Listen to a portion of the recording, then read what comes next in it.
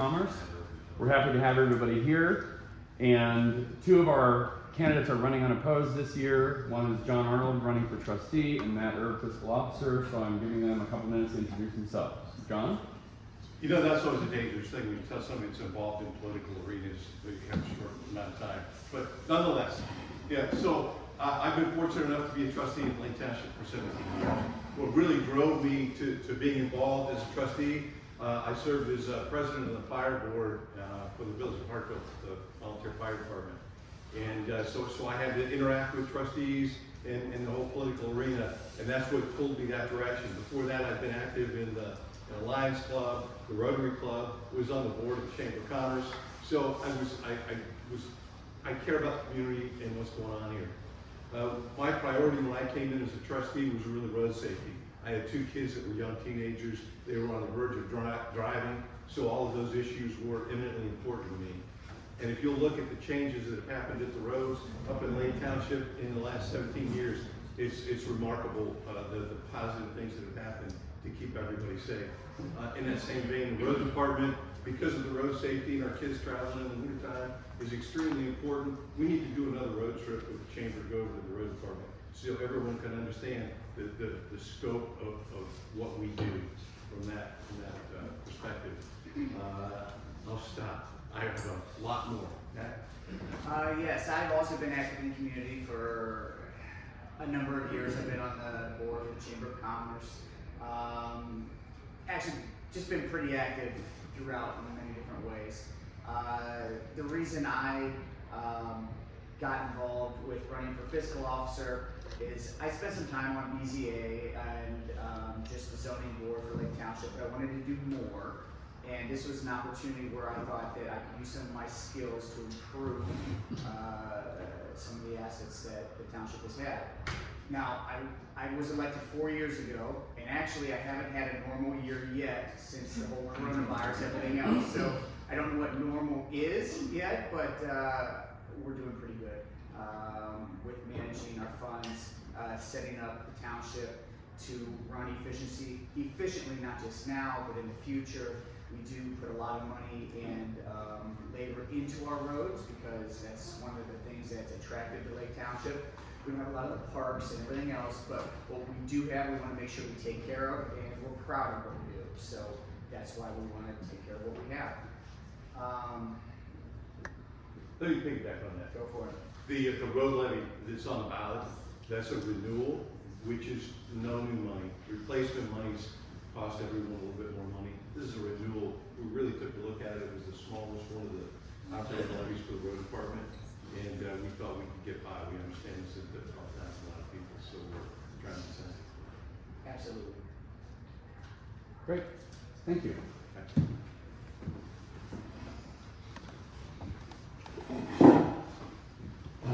So just a few things to manage everybody's expectations. This is an equal time Q&A format. So that means it's not a debate, and it means it's not a town hall. So there's not any questions from the audience.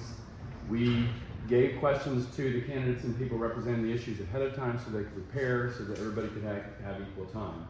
Because it's equal time, I will be timing.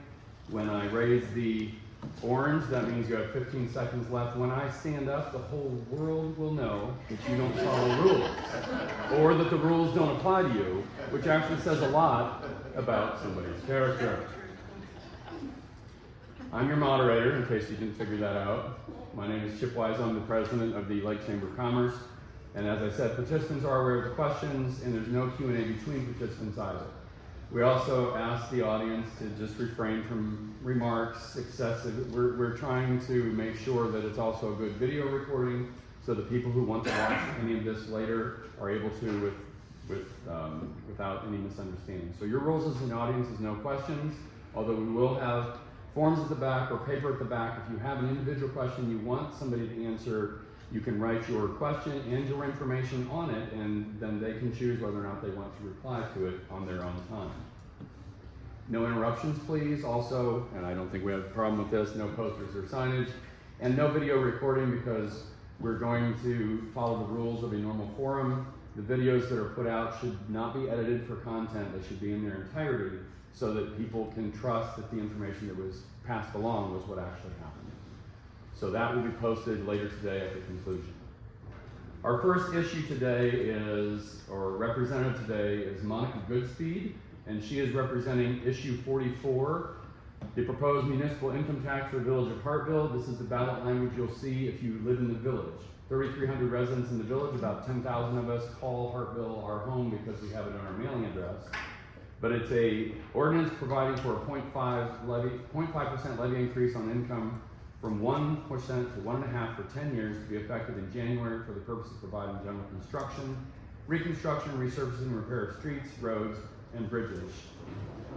The point as a moderator that I want to make is that Hartville is unique in our surrounding area because every other municipality around us has a higher income tax. Akron is 2.5%, Canton is 2.5%, Alliance is 2%, Louisville is 2%, North Canton is 1.5%.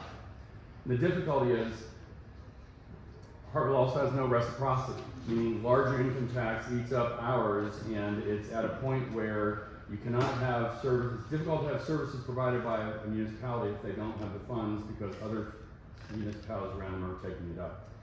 But the question we have for our particular representative after she introduces herself is coming up. So Monica, if you could give a 2-minute introduction. Good morning, thank you, Chip. As he stated, my name is Monica Goodspeed. I'm here to talk about and provide information on issue 44. I want to thank the Chamber for supporting the issue and hosting this forum. I apologize some of the things I might say, repeat what Chip said, but so issue 44 is a proposed 0.5% income tax that expires after 10 years.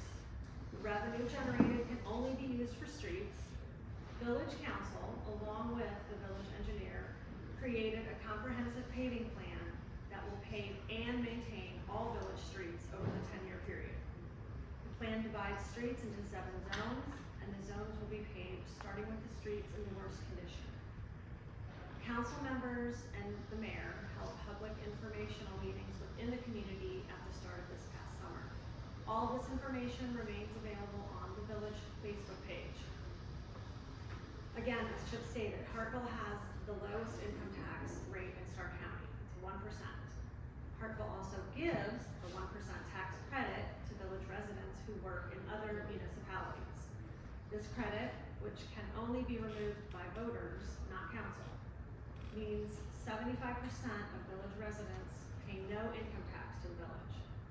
Additionally, Hartville has seen a large loss in business tax revenue over time as multiple large businesses and industry either closed or left the village. It takes revenue to run a municipality. Lost revenue must be replaced and new revenue generated. It's not complicated.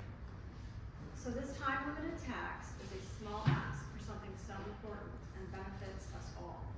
I hope you will all join me in voting yes on issue 44.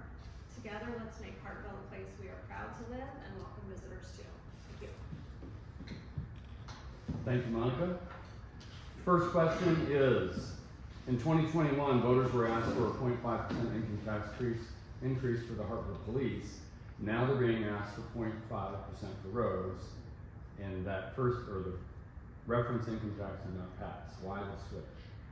So I'm going to let Councilman Jim Sullivan answer that question because I am not as familiar with the history. Thank you very much. And thank you, Chip. The answer to that is several years ago we actually had an issue on the ballot for streets by itself. And when that came up, people were commenting that if we vote for this, they'll just use it for the police department. Well, it failed. Then we put one on for the police department. And that resulted in the same thing. If we vote for this, they'll just use it for the streets. So the idea was we had to remove one or the other from focus. So we opted to take the easier one was actually move the police department into a lease building, and then take once that was done, then we turn around and put this issue on the ballot. Good, thank you. Next question. What will this new Hartville income tax cost me, and by me, I mean me, I am a business owner in the village for 34 years. I pay the 1% income tax. I do not live in the village. And my understanding is businesses actually pay a substantial portion of the income tax revenue collected by the village through employees. So help us understand what this will cost both residents and employees. Okay, so that's a little more detailed of a question than I received from you, but first of all, Said me. right, but, okay, so. Chip wants to say salary out loud. Right. So I believe if I'm stating this correctly, someone else can jump in, but, so you personally, it will cost you 0.5% additionally on your earned income. Retirees will pay nothing because they don't have earned income. So Bob Moffett. Right, 0. If you want to say anything else about business tax. No, that's fine. Okay. I did hijack the question. The moderator has a yellow card. So what are the implications to our community if this proposed income tax fails? Our roads will continue to deteriorate. It's pretty simple. But there is a plan for paving. Oh, absolutely. So So, you said if it doesn't pass. but if it doesn't pass, Oh, is we'll there a plan for paving currently? Yeah, they pave every other year right now with the money that they have. The new Right. proposed plan will allow for every year paving cycle that paves and maintains. Okay. Yeah, basically, there is a plan in place, and we continue to pay every other year. We put in approximately $125,000 accumulated for a 2-year period, put a program together, and we pay every other year. Thank you. Now moving into Village of Hartville, just to refresh the understanding of the audience, we have a mayor-council village government. What that means is mayor is a full-time position, elected separate, or part-time position in Hartville. Elected separate from council, and they have significant, as a mayor, administrative and budgetary authority. Council, on the other hand, is a part-time position, and as I misquote, so is the mayor in our example, is responsible for enacting laws and ordinances, has appropriation powers over budget. And in 2021, when we hosted this event, this was the village council: Bev Green, Jeff Cozy, Jeff Miller, Kelly Reese, Jim Sullivan, Elizabeth Williams. Of those, because of the way the cycle works, we had 4 of those coming up for election, but ended up that the candidates for the village council in 21 were Sherry Chambers, Jeff Miller as an incumbent, Bill Muncy, and Ben Oler, because the previous 4 had other things, either resignations and moving around. Stephen Reich was also on that candidate. In 2023 now, as we sit here, our current village council is quite different from what was elected. We have Sherry Chambers, Bev Green, Frank Gant, Tim Hayden, Steve Reich, and Jim Sullivan. For this particular cycle, Sherry Chambers and Bev Green are the 2 that have been elected. All the others, for various reasons, have been appointed. Which brings us to our candidates today. Bev Green, an incumbent, is here, and Frank Gant, also an incumbent. And Tom Huff was also invited but declined to attend due to work schedule. So I will first give Bev Green a 2-minute introduction. I'm Ben Green. I have lived in this community for my whole life. I've lived over in Marlboro for a while. Been married for 40 years, so people do get along with me. I have 2 children. I have an associate degree from the University of Akron as a diet technician. I worked at Alliance City Hospital, Warren General Hospital. I've worked for Brinker Farms in food safety as well as KW Zoe in food safety, and I'm currently employed at William Irv as an assistant to accounting. I served on council for 13 years previously, currently have served on council for 8 years, was a mayor for 4 years. I am currently the president of the Hartville Lions Club and have been active in the chamber a number of years. I helped with create the Old Fashioned Days Parade, as well as we did Civil War reenactment, and we done evening in the village, and Thursdays in July in Hartville. Organized Main Street Hartville, and established the historical district downtown. I was a Girl Scout leader, Hartville neighborhood chairman, as well as a district chairman for the Shawnee district of the Girl Scouts. Lake EMS treasurer when Lake EMS stood on its own, and I assisted with junior achievement at Lake Local Schools District. Thank you. Frank, introduction. All right, hello, I'm Frank Cantz. I'm approaching 2 years on the council. I took over for when Elizabeth Williams resigned from her position, so that's why I'm in this spot. I hope to retain this seat because of some of the things that brought me to it. Was first, reading the village council was in the news quite often, seeing the viewership on Facebook and in a positive way. And so that professionalism had me a little concerned. Our road situation and how poor our roads were for the village and specific communities of side streets was really rough. As I assumed the position, then I recognized there was a couple other limiting factors for our village, and one being the police department not having adequate facilities. And so, you know, as we get a chance to plan and move forward on that, that's been excellent progress that we've seen in that area. And then the last thing that I really saw that's really lacking within our village is a strategic plan. You know, plan for the future. How do we see ourselves moving forward? So, you know, those 4 big concepts have really kind of kept me engaged and keep me wanting to come back each and every meeting to see us make progress towards those 4 big areas. Our viewership has declined significantly on Facebook, which is great.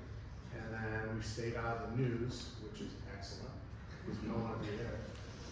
The police facility is on its way. Those gentlemen are going to move into something that they can take a lot of pride in pretty shortly. The roads, we're going to find out on November 7th. And then lastly, you know, once those big topics and those big areas are really taken care of, I think we can really truly get into that strategic plan and really kind of plan for the future and determine, hey, here's our focus area. So he gave me the red card. I'm done. Thank you. With regard to mayor, Cindy Billings is our current mayor incumbent, and Teresa Muncie is her running also for mayor. Teresa was invited. Again, due to work schedule, she was unable to attend. Mayor, 2 minutes to introduce yourself.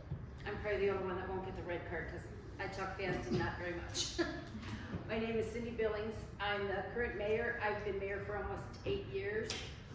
Previous to that, I was on council for 10 years. I got into the whole political thing purely by accident. I do a lot of volunteer work with the community. I was with Girl Scouts. I also worked with band boosters the entire time my daughter was in band.